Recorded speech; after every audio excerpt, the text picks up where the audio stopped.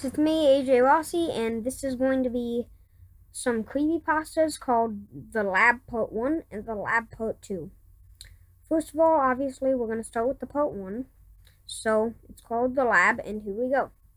One boring winter day, I was sitting on my couch, waiting for a call.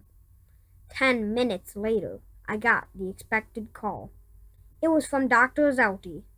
Dr. Zelty is a scientist who owns his own science lab. When I read the newspaper this morning, I saw an ad for it. I called and left a message. "Hello?" Dr. Zelty asked. "Hello?" I exclaimed hopefully. "I would like to have you working in my experiments. Lab. I don't have any other workers, So will you take the job?" He stuttered. "Sure," I replied eagerly. "Then it's arranged. You start tomorrow." He laughed madly before hanging up on me. His stutter really annoyed me. Little did I know that this was the worst idea I would ever have in my life. I wake up around 7 o'clock, and I get up ready to go to work. I get to the lab around 8 o'clock. I walk through the lab looking for Dr. Zelty. Then I see his office up ahead. "Hello, I presume you're here for the interview." "Okay, nice work, the job is yours," said a mysterious man with a gray comb-over hairstyle groans. I didn't even do anything," I said, clearly perplexed. "I said you get the job," the man yelled hoarsely. "I am Dr. Zelty, and I will be back later. I have somewhere to go," he explains as he shows you to your office. "This is your office." He points to a medium-sized room. "Stay in here under all circumstances. Do not come out of this room unless I clearly tell you to."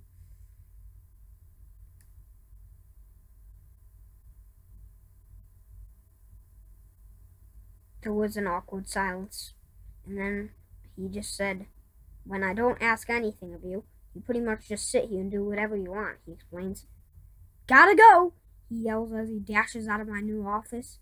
10 minutes later, I am playing a game on my phone called the Kind of Fun Game. When I hear a loud crash, I know that Dr. Zelty is gone, so I decided it's alright to break one little rule. But what I didn't realize was that little rule was not exactly that little. I busted out the door and sprinted towards the spot I heard the sound come from. I heard it again. I ran through an open wooden door, and here's what I saw. 12 people hanging from the ceiling on bloody ropes. Their chests and faces were covered in knife gashes.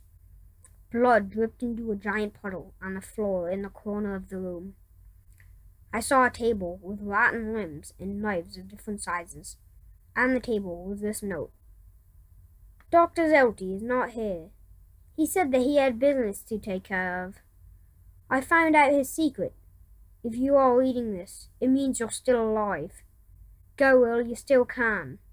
You do not want to be here when Dr. Zelty comes back. If you're still here, he'll kill you.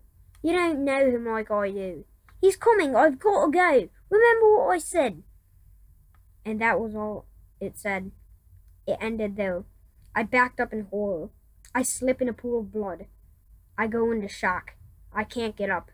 Slowly, my surroundings turn red, then black, until I can't see at all. And here's part 2. I woke up lying on a metal table. My arms and legs were strapped to the table in leather cuffs that were far too tight. I see the wooden table that I read the note from. How come I didn't notice the metal table I'm on now before I fell? I wonder furiously. And the knives from the wooden table